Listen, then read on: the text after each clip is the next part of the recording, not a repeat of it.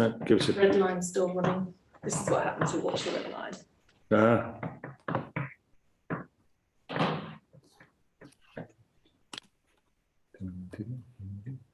Yes, it's good to go. Great. Good evening, everybody. Thank you for joining us tonight. This is the Planning Advisory Committee meeting from Town Council. I'm Steve Tanner. I'll be chairing this evening's meeting. I want to make our meetings available to as many people as possible, regardless of where they are. So we're using a hybrid setup of here in person at the Town Hall Chamber and online via Zoom.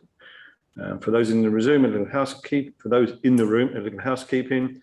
Emergency exit is to the rear of the room, and the assembly point is the car park. Toilets can be accessed at the end of the corridor on the right-hand side, and there is an accessible toilet to the right of the lift.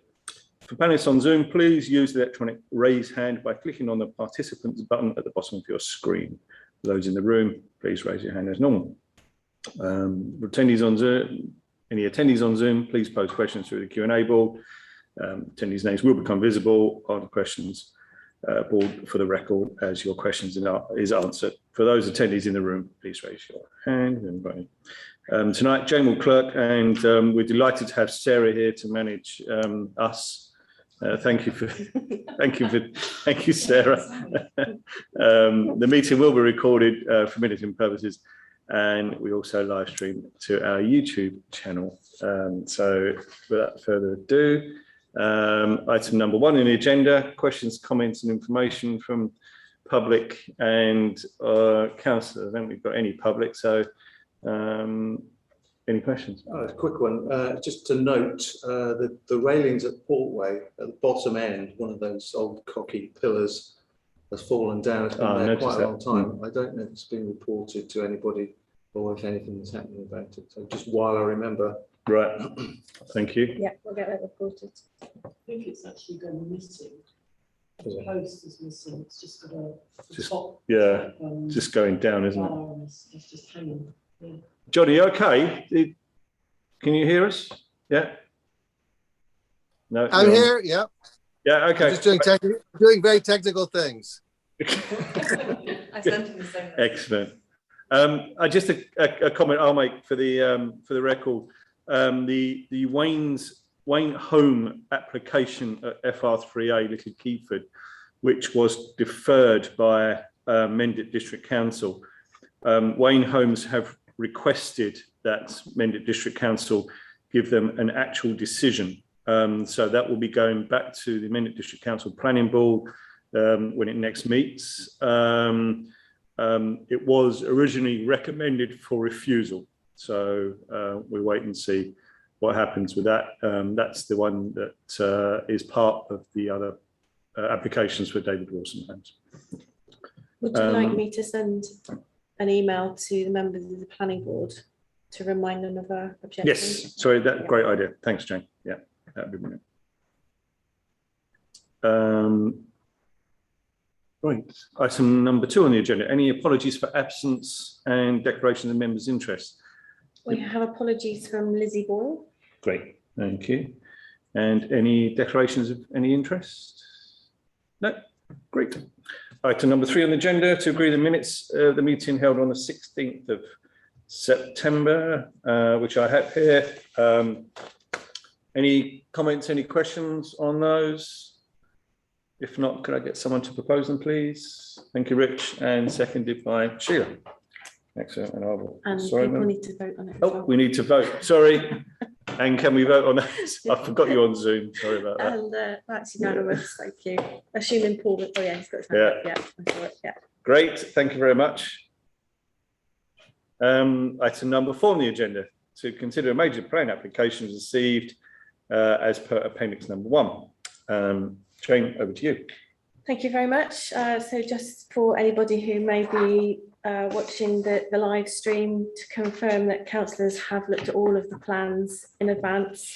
If they would like to see any plans during the meeting, I can show them on screen. So the first application that we're going to talk about is number 665 on our list, and it's 33 Somerset Road, Frome. And the description is change of use from 3-unit HMO back into a single dwelling. So that's a house and multiple occupation.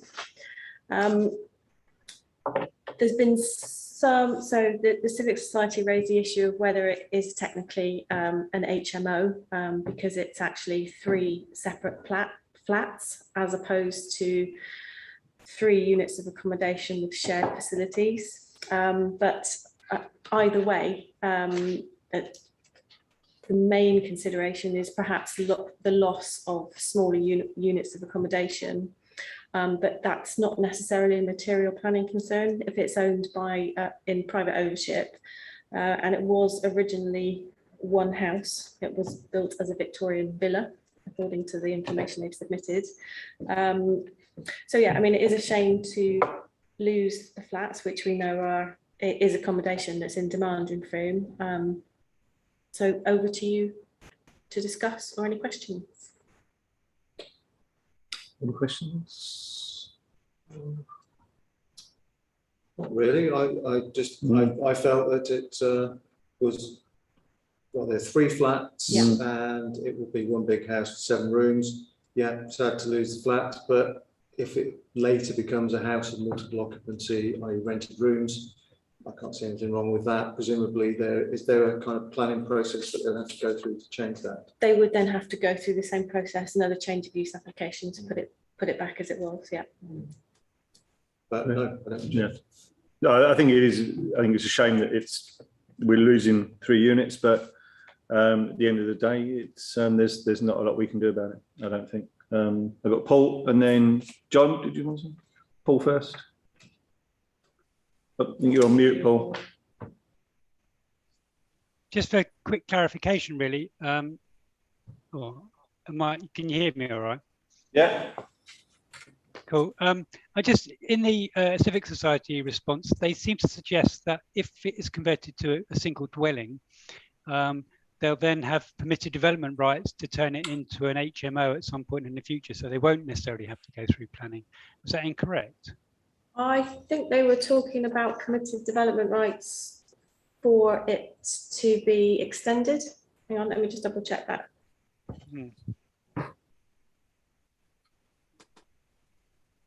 But can I just for clarification, going back to an HMO means it'll be back to flats. Yes. Yeah. Yeah. So it's sort of meaningless. No, then it's not the same as flats though, an HMO, is it? Is it? No, it's slightly different. So it would have shared facilities, and it has a separate use class under planning. So that's why. But yeah, I've just reread what the Civic Society said, and they could just change it back to an HMO under the permitted development rights. But I mean, we've supported applications for HMOs in the past. So yeah, as Rich said, I don't necessarily have a particular problem with them changing it back to an HMO if they want to. And in fact, it seems to me that the property as a whole must be more valuable. I might be completely wrong, but more valuable as separate flats than it would be as an HMO. So one has to assume because of that their intentions are sound, if you like. Yeah. I mean, what they've said in the design and access statement is that actually it's a they want to do it so that they can have their whole family there, multi-generational. One of them. Yeah, one of them. Property, yeah. So I suppose, in a way that you could argue that that's a similar thing to an HMO. Yeah. So I don't think we have any real objection. Is that correct? Yeah. I guess we should vote on it as soon as we've discussed it. So if someone could propose that, please. Thank you, John, and seconded by Rich. And all those in favour, Paul's got his hand up. Great. Yeah, that's unanimous. Thank you very much. Okay, so the next one on the list for discussion is number 672 on our list. It's 1 Foster Road.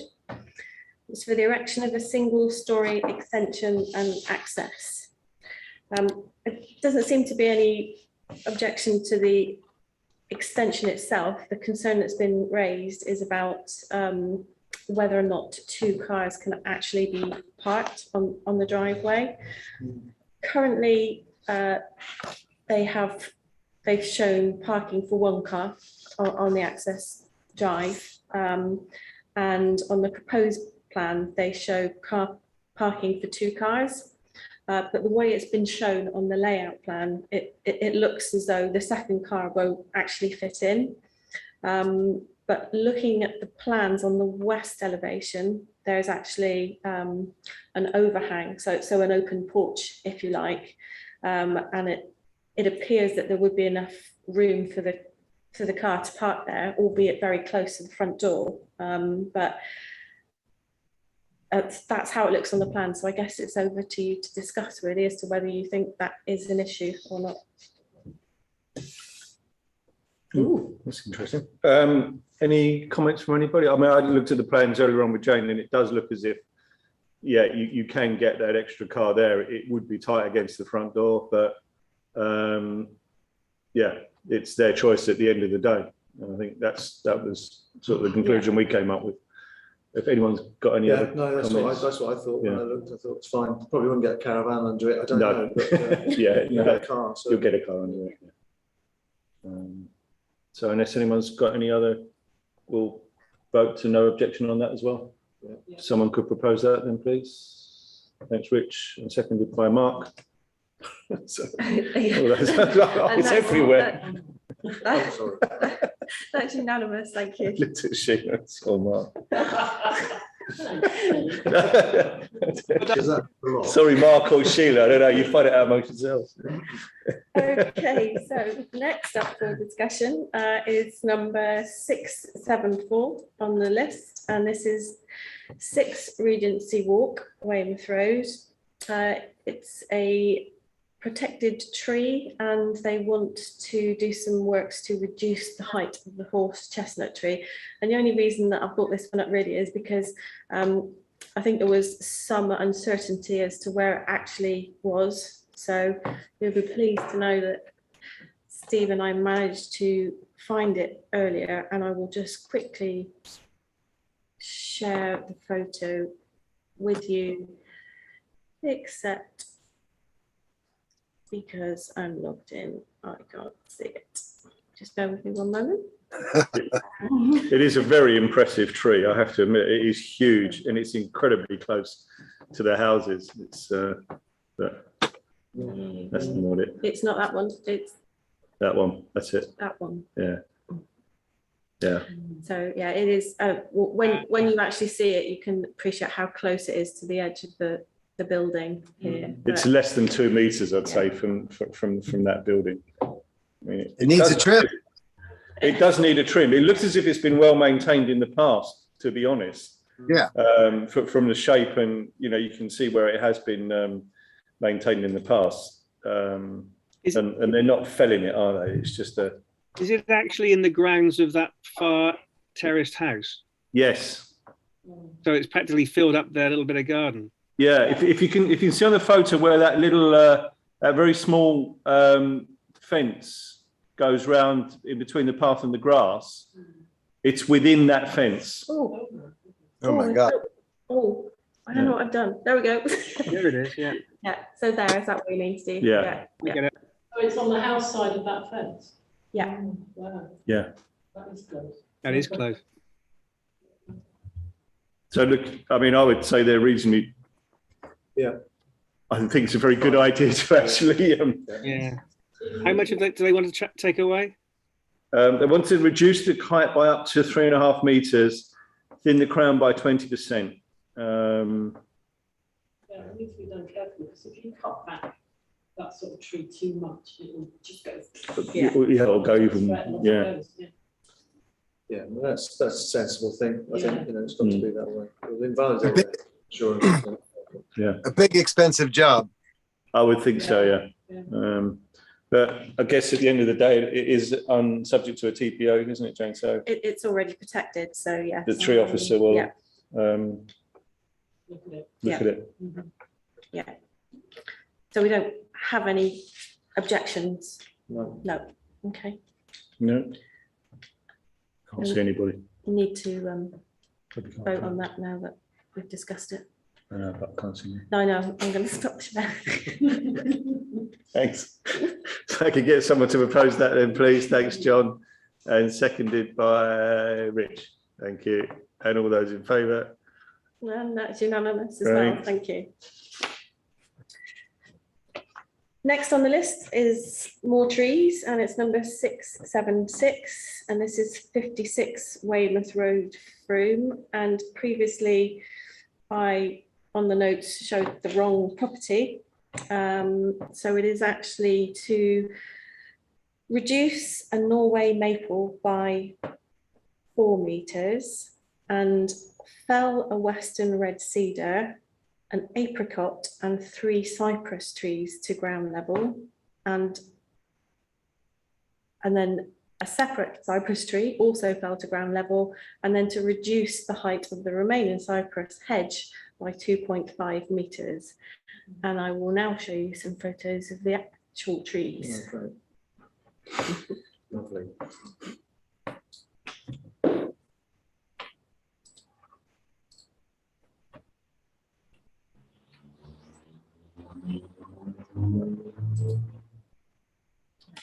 Yeah.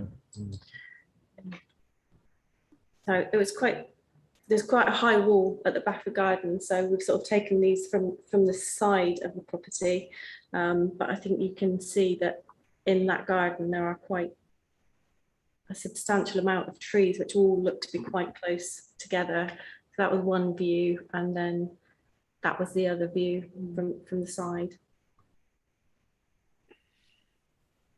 So most of those would come down, just leaving 2 trees. Yeah, that's how it appears from the description, but obviously couldn't gain actually entry into the property to really look at them properly. So I mean, I would suggest it's a case of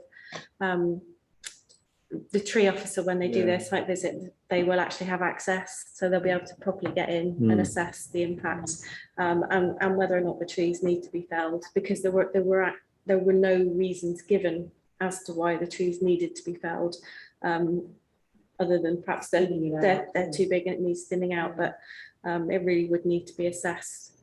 That's quite right. Yeah. Yeah. So I got John and then Paul. I know you can't look in there, but you can look on Google Earth. Yeah. And you can actually see, even on Google Earth, that the whole garden is swamped.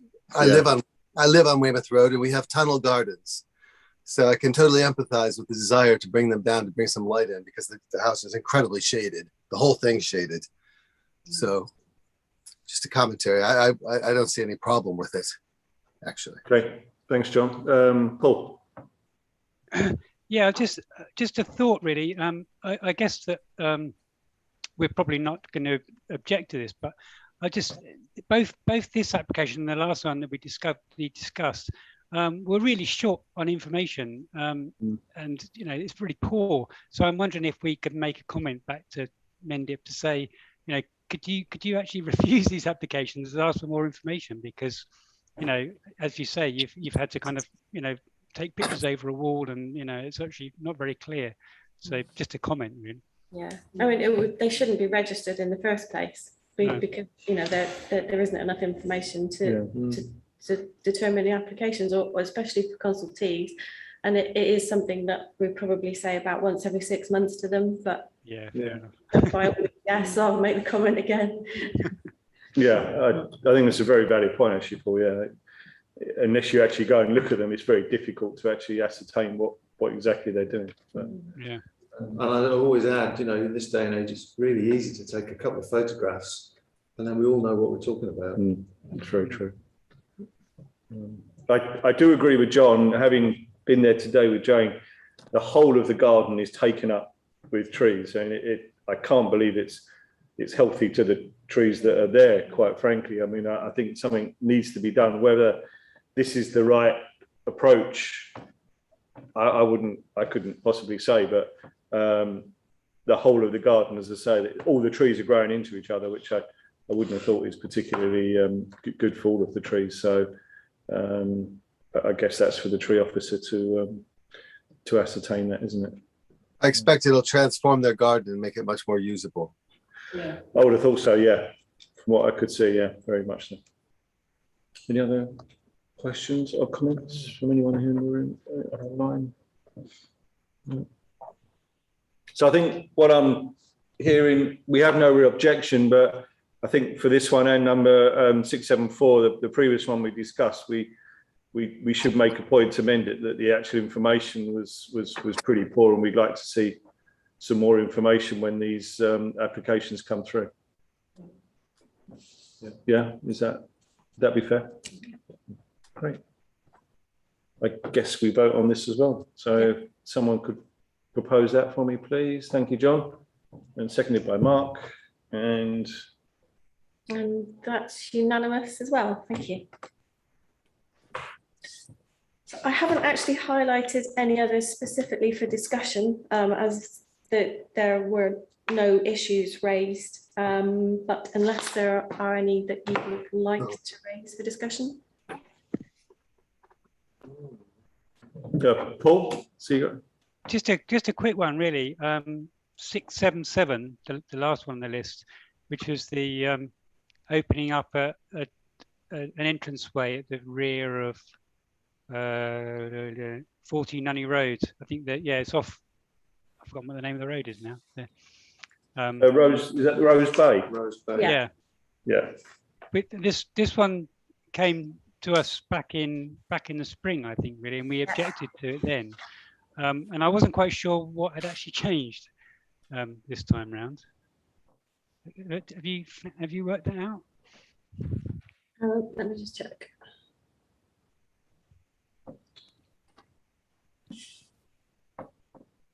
I wasn't sure that we. Had they moved the?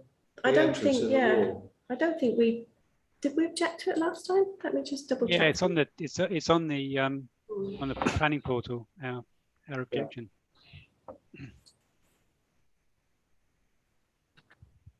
Talk amongst yourselves. I'm just grabbing the plans. Creation of a new opening and drop curb will result in the loss of on-street parking. A plan should be provided to demonstrate how many will be lost, as it is likely to be more than the 2 spaces provided on the garden area.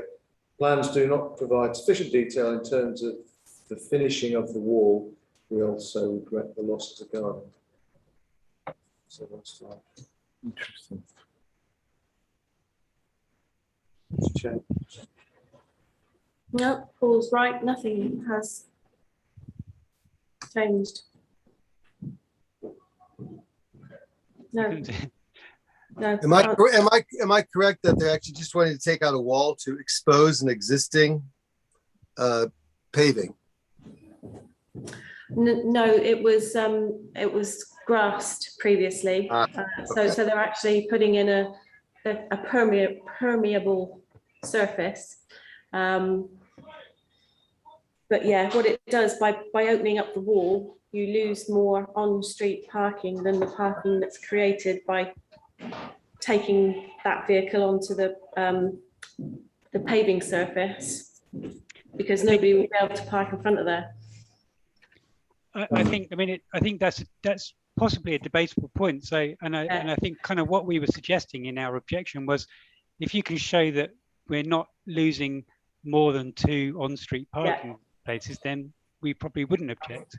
But they don't seem to have done that, as far as I can tell. No. Have they done that by showing parked cars on the road either side of that opening on the proposed plan?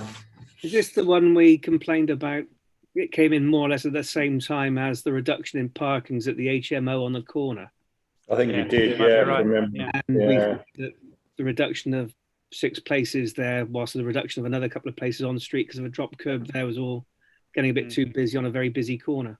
I mean, they have shown the parked cars on the pavement. So we can now see that it's 1 parking space. So yeah, you can see that it's 1 parking space, but actually, if you're pulling out of that, does reduce visibility. it does reduce visibility. Let me see if I can just share that with you a second. And I guess the additional point is, I think that we did say, is that if they're even if they're only losing 2 parking spaces, on-street parking spaces, they're effectively making those what were 2 on-street parking places exclusive to them by putting a drop curb in. And So yeah, they've showed these cars parked here, but if this car comes to pull out, they've got very reduced visibility.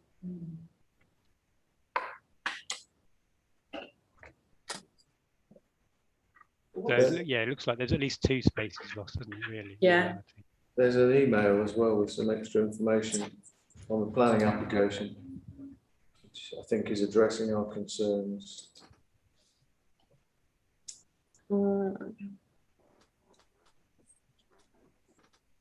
It's near the top, Chris O'Brien.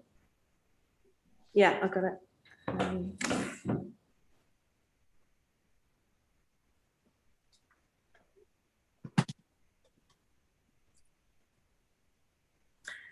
The highways have stated that they require a certain visibility display to be provided.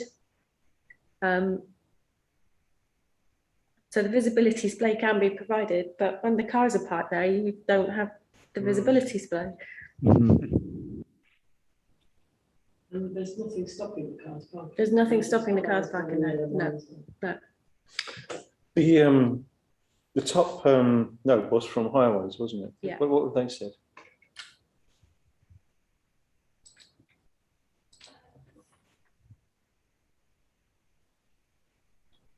No.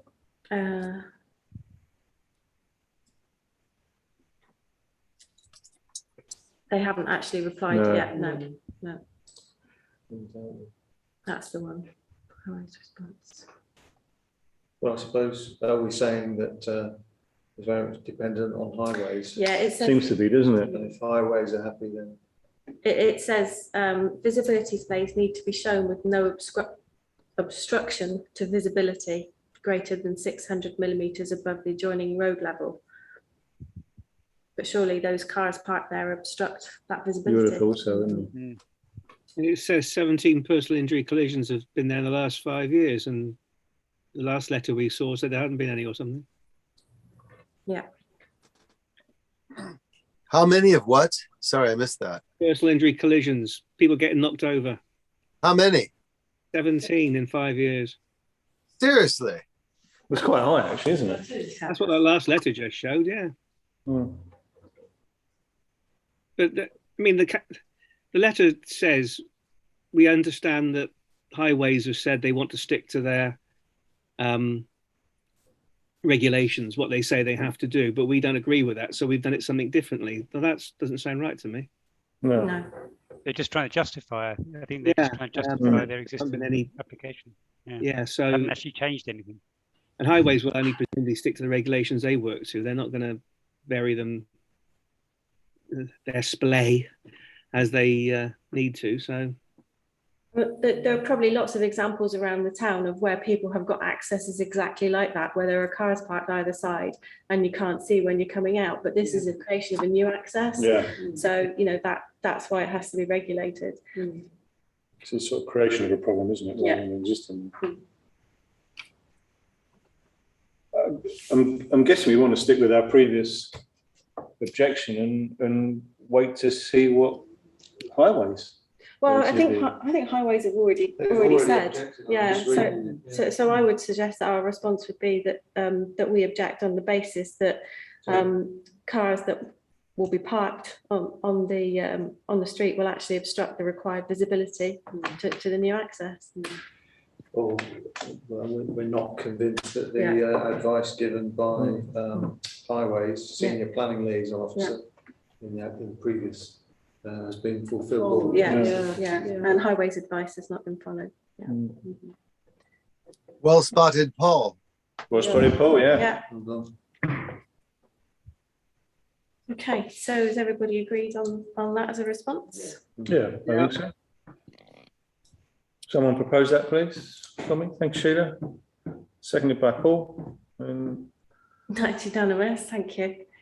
That's unanimous, thank you. So I have to look forward like that so that I can, even though you're sat next to me, so I can see your hand on the screen. Right. Any more? Anything else we need to discuss tonight? That's it. No, I think that's it. Great.